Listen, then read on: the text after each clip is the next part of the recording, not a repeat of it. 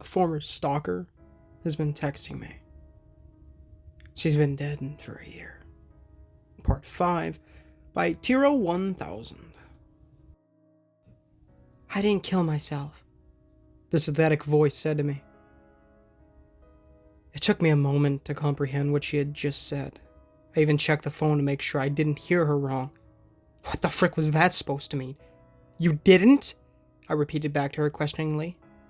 No. I swear I could have heard some sorrow in the voice. Heck, I even felt it. As hard as it was to comprehend what she said, the words got lost on their way out of my throat. How did you die then? I asked once I could. I don't know. How can you not know? I asked. I was trying to not let the absurdity of the situation cause me to lash out. Keyword trying. You are dead, right? Yes, Eric. But you don't know how you died. I can't remember, Beth said, the air depressed further. I could picture her weeping next to me. I sighed, turning to face the empty seat next to me. Sometimes I need to remind myself that I'm talking to an actual person, someone who actually feels. I'm sorry, I said gently. What do you remember? It took her a moment to gather herself. I remember calling you. I remember begging you to take me back. I remember telling you I wanted to kill myself. And I remember you telling me you didn't care. If there was any moment of my life I wish I could take back, it was that. Then what? Nothing, she said. The next thing I remember was standing in your apartment, feeling like I just woke up from a nightmare. The morning you told me I was going to die. Yes, she answered. I was angry, Eric, and so scared. I knew something was wrong because you couldn't see me, no matter how hard I tried. That's more than a year, Beth, I said. If you don't even remember your death, then how do you know it wasn't suicide? I can't explain it, Eric. Try, I persisted. I don't know, She paused between texts. It's a feeling. A feeling? Yes, Eric, I don't know how to explain it, but I just know I didn't kill myself, and I'm sure I wouldn't, no matter how much I wanted to. Why not? You threatened it enough times, I said, pulling back when I heard the hostility in my voice. Katie, she said. I couldn't leave her alone. We ended the conversation a short while after.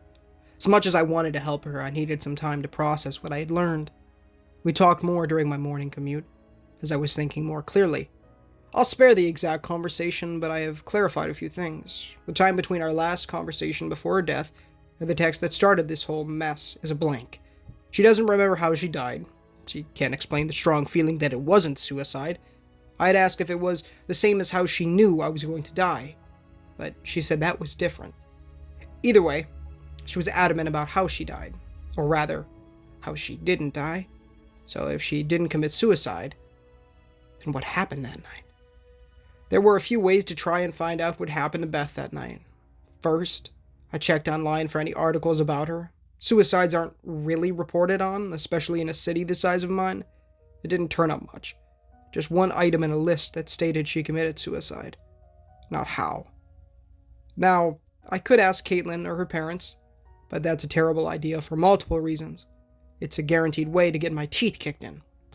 I left work early on Friday, much to the displeasure of my boss.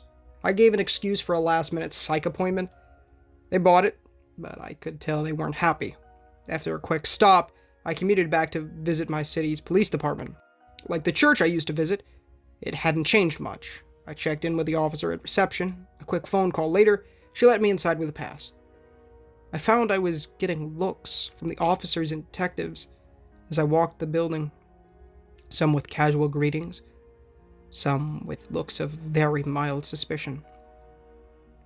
Some gave me knowing nods as I passed, like they thought they knew why I was there. After navigating the cubicle maze, I found the person I was there to see. Uncle Rob, I greeted. Eric, he said as he stood to give me a rough hug. Rob wasn't related to me.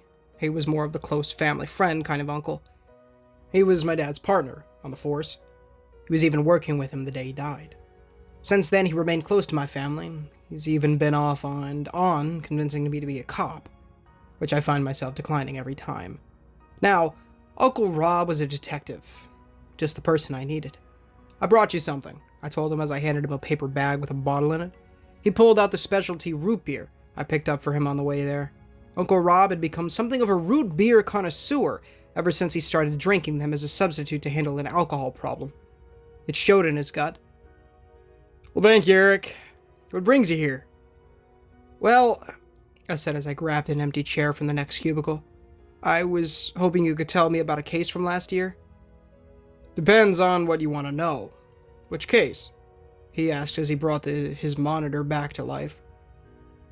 "Bethany McDonald." He stopped typing when I said the name. He turned in his chair to give me a long stare. "Eric," he sighed. "This isn't healthy. You need to let this go." "Uncle Rob," I said gently, "please." He thought about it for a moment, then turned back to his computer. "If anyone asks, I'm nurturing your interest in the Force. Just don't ask me anything that would get me in trouble." "You got it," I said as I moved to watch over his shoulder. We spent the next few minutes going over the basics of the case. In July of 2016, a 911 call came in from the McDonald residence. The caller reported that she just found her sister dead.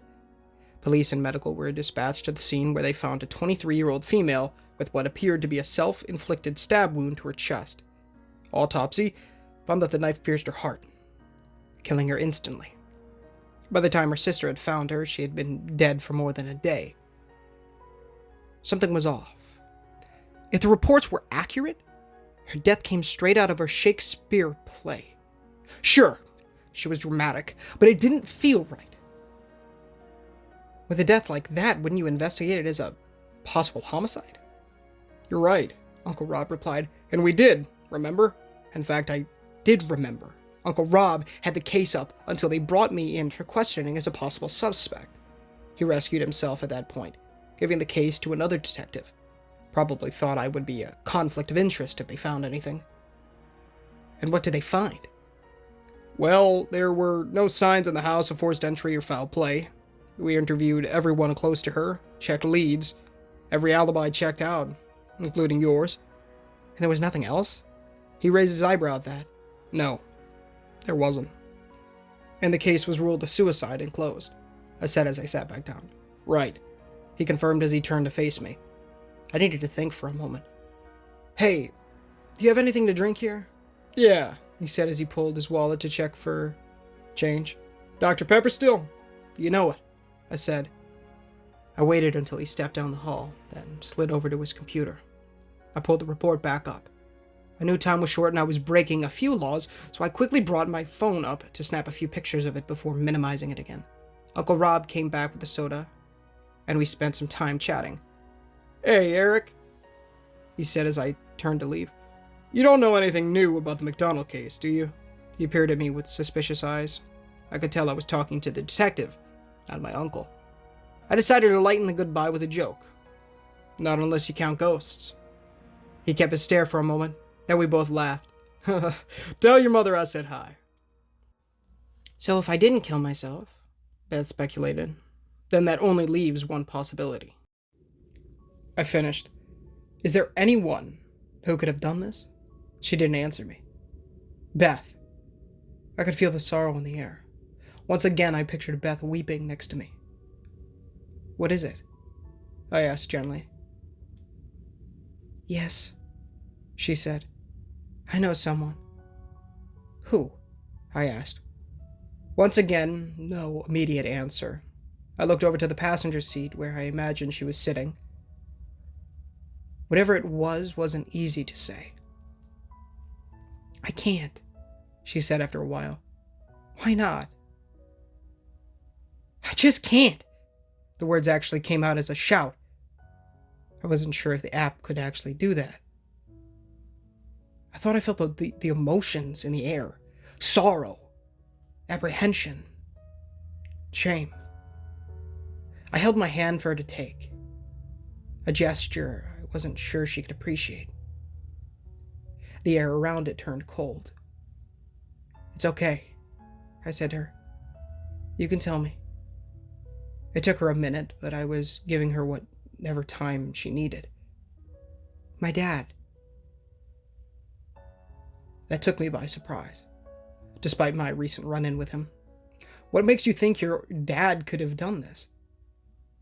My dad, the phone said as I heard a sob. He was not a good man. What do you mean? I said as gently as I could. Another pause. He did things.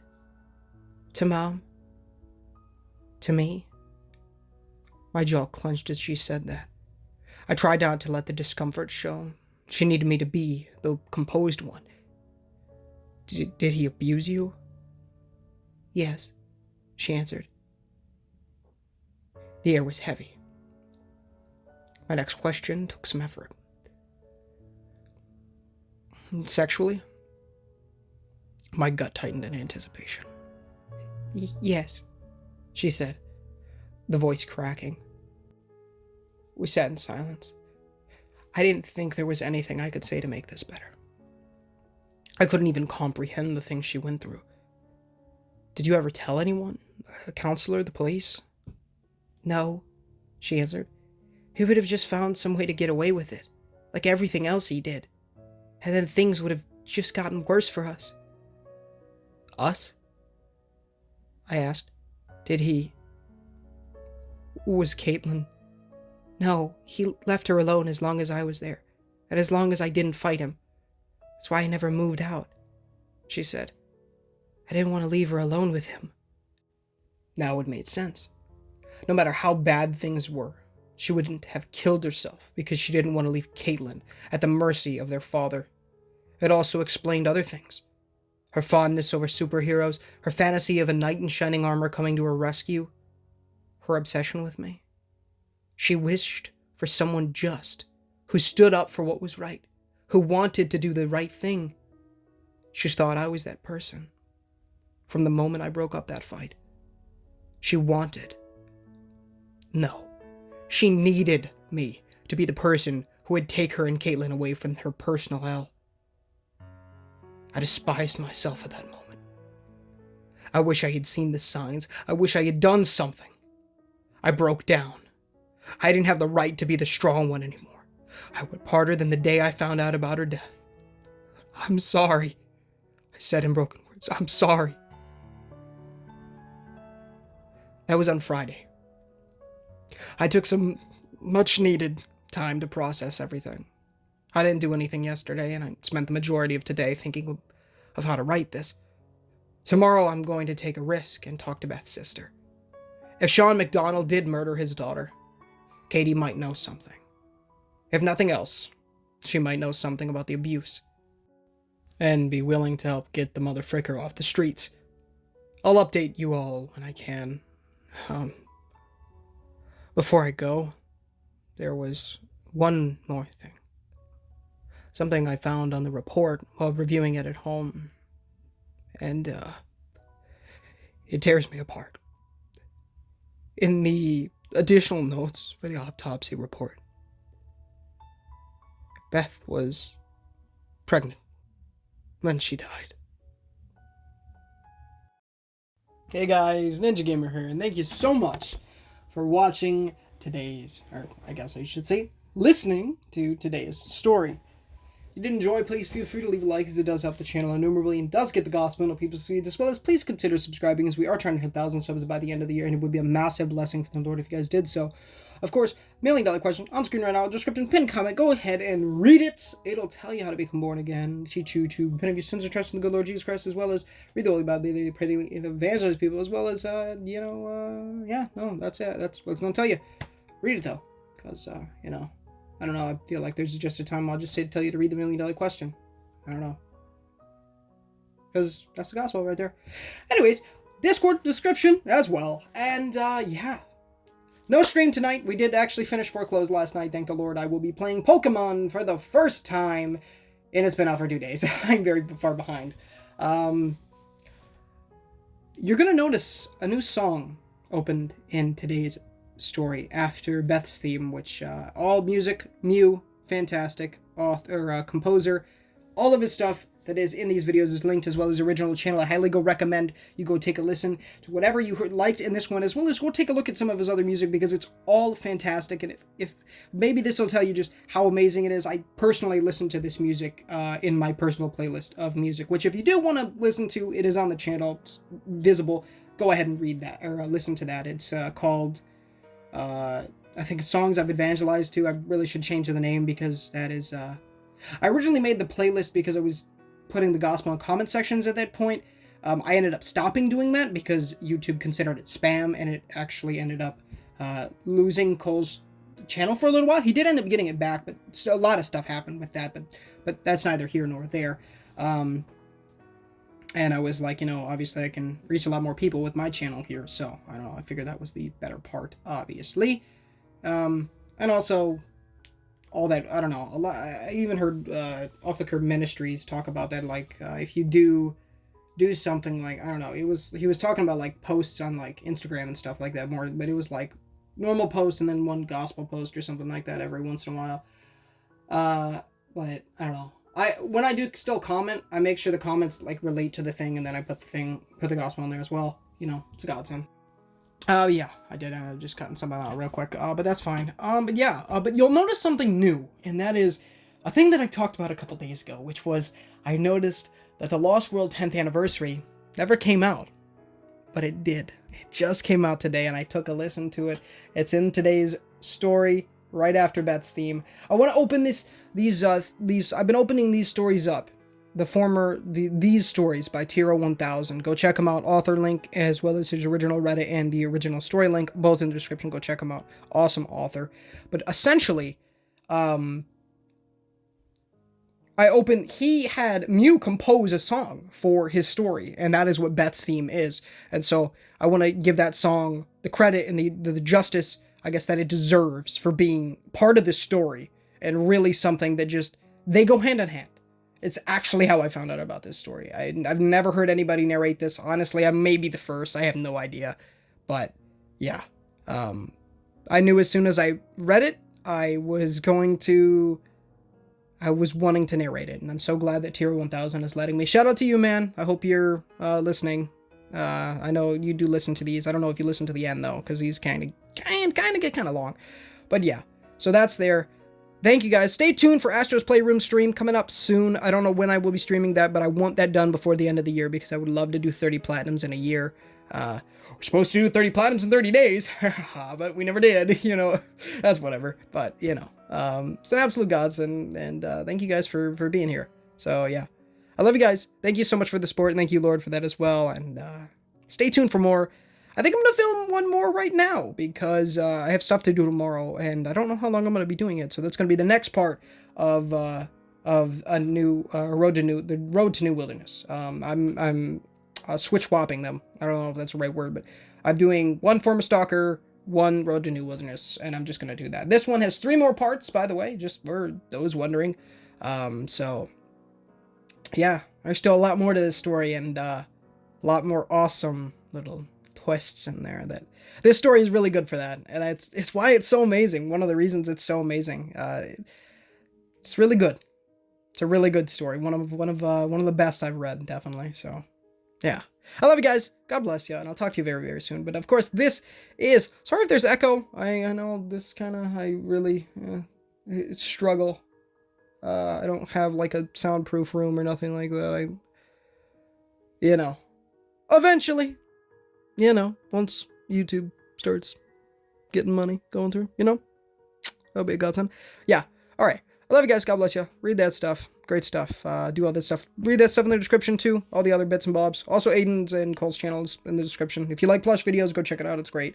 But yeah, I love you guys. God bless you. And I'll talk to you very, very soon. But until next time, guys, this is Ninja Gamer, signing off.